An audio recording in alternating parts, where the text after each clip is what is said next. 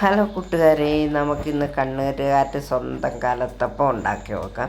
ഞാൻ 2-3 മണിക്കൂർ കുതിർത്ത അരിയിലേക്ക് ഇത്തിരി ചോറ്, പിന്നെ ഇച്ചിരി ജീരകം, 2-3 കഷ്ണം, 1-2 ഏലക്ക, ഇതൊക്കെ കൂടി കൂട്ടി അരച്ച് വെച്ചതാണ്.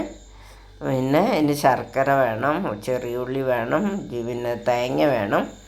നമുക്ക് ഇതൊക്കെ ഒന്ന് ഫ്രൈ ആക്കി എടുക്കണം, ശർക്കര ഉരുക്കിയെടുക്കണം. എല്ലാം ചൂടോടെ ഉണ്ടാക്കുന്ന ഒരു പരിപാടി കേട്ടോ ഇത് ഞാൻ തേങ്ങ വറുത്ത് വെക്കുന്നുണ്ട്. കുറച്ച് തേങ്ങ എടുത്തിട്ട് നല്ല കൊത്തി അരിഞ്ഞ് നല്ലോണം വറുക്കണം. പിന്നെ ഇത് ഞാൻ ഉള്ളിയാണ് വറുക്കുന്നത്. ഉള്ളി വറുത്ത് ഞാൻ 2 ചട്ടി, ഈ ചട്ടിയിലും കുക്കറിലുമാണ് ഉണ്ടാക്കാൻ ഉദ്ദേശിക്കുന്നത് കേട്ടോ. അപ്പം അത് നമുക്ക് ഉണ്ടാക്കാം. ഇതിലേക്ക് ഞാൻ ഇത്തിരി ബേക്കിംഗ് സോഡ ചേർക്കുന്നുണ്ട് ഇതിലേക്ക്.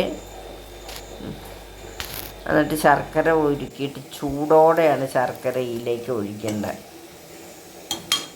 ഇത് കണ്ടതൊക്കെ രണ്ടും മൂത്തിട്ടുണ്ട്. ഞാനപ്പോൾ ഈ ചട്ടിയിൽ നിന്ന് ഇത് തേങ്ങയും ഇതും കൂടി ഒന്നിച്ചിട്ടിട്ട് കുറച്ച് കുക്കറിലേക്ക്, ഇതെനിക്ക് ഇത്തിരി കൂടുതലാണ് തേങ്ങ, ഇതൊക്കെ ഒരുപാട് ഇട്ടിട്ടുണ്ട്, പൊട്ടിപ്പോകും. ഇതുണ്ടോ, ഞാൻ കുക്കറിലേക്ക് മാറ്റിയിട്ടുണ്ട്, ആ ചട്ടിയിലും വെച്ചിട്ടുണ്ട്, കുറച്ച് മാറ്റിയും വെച്ചിട്ടുണ്ട് അതിൻ്റെ മുകളിൽ ഇടാനായിട്ട്. ഞാൻ അതിലേക്ക് തിളച്ച ഉരുകിക്കൊണ്ടിരിക്കുന്ന ശർക്കരപ്പാനി ഇങ്ങനെ ഒഴിക്കുകയാണ്. അതായത് പോലെ ഒഴിച്ച് അപ്പം തന്നെ ഇളക്കിക്കോണം, അല്ലെങ്കിൽ മാവ് എന്ത് പോകും കേട്ടോ. ഇതേ ഇതിൽ കുറച്ചിങ്ങനെ ഒഴിക്കും, അതും കട്ടിയില്ലാതെ വേണം ഉണ്ടോ. നല്ലോണം ഇളക്കി ഇതുണ്ടോ മിക്സെടുത്ത് അപ്പം ആവശ്യത്തിന് ഇതെല്ലാം തേങ്ങാക്കൊത്തിൻ്റെ ഒരു കഷ്ണം വേണ്ടിയിട്ടുണ്ട്. അതങ്ങനെ ചീനച്ചട്ടിയിലും കുക്കറിലുമാണ് ഞാൻ ഉണ്ടാക്കുന്നത്. കുക്കറും ചട്ടിയൊക്കെ ചൂടായിരിക്കണം. ചൂടുള്ള ശർക്കര ഉരുക്കിയതുമാണ് നമ്മൾ ഇതൊഴിക്കണം. ഞാൻ ചട്ടിയിലൊഴിച്ച് മൂടി വെച്ചിട്ടുണ്ട്. അതേപോലെ കുക്കറിൽ ഒഴിച്ചിട്ട് മുകളിൽ തേങ്ങാക്കൊത്തും ഇതൊക്കെ ഇട്ടിട്ടുണ്ട്, ചട്ടിയിലും ഇട്ടിട്ടുണ്ട്. എല്ലാം കൂടി ഒരേ സമയത്ത് ചെയ്യണോണ്ട് ഇത് എടുക്കാൻ പറ്റിയില്ല. അത് ഞാൻ കുക്കറും അടച്ചു വെച്ചു. ഇതിൻ്റെ അടിയിലേക്ക് 2ലേക്ക് ഞാനൊരു പഴയ ഫ്രൈ പാൻ വെക്കും. ഇത് 2ലേക്കും വെച്ചിട്ടുണ്ട്. സ്ലോ ഫയറിൽ വെച്ചിട്ട്